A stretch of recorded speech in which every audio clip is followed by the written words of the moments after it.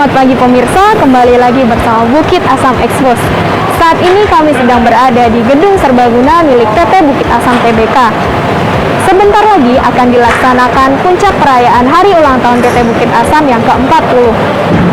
Selain puncak perayaan, akan dilaksanakan pula peresmian PLTS Tanjung Raja dan fasilitas sosial berupa objek wisata yang ada di Tanjung Enim.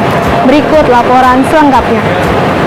Bukit Asam Tbk merayakan hari janjinya yang ke-40 tahun pada Selasa 2 Maret 2021 secara offline di Gedung Serbaguna PTBA Tanjung Enim yang dihadiri direksi, komisaris, dan Forkopimda Provinsi dan Kabupaten.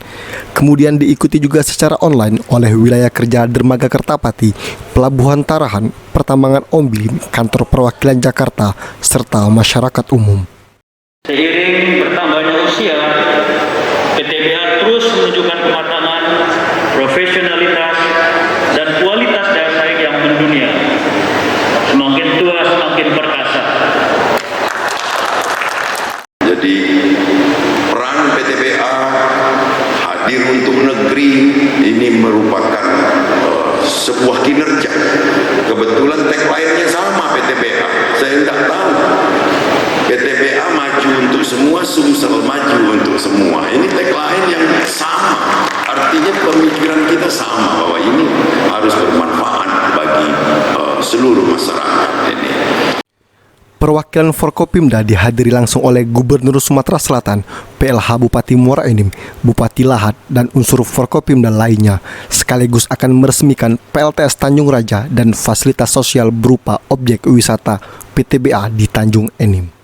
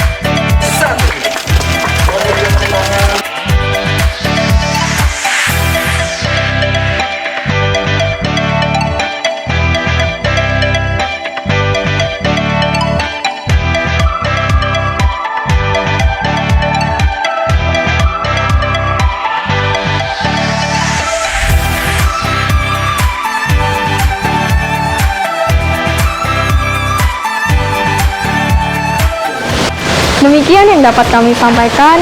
Kami dari segenap tim Bukit Asam Expos mengucapkan selamat ulang tahun untuk PT Bukit Asam yang ke-40, 40 tahun hadir, peduli, dan berbagi. Humas PTBA, Bukit Asam Expos melaporkan.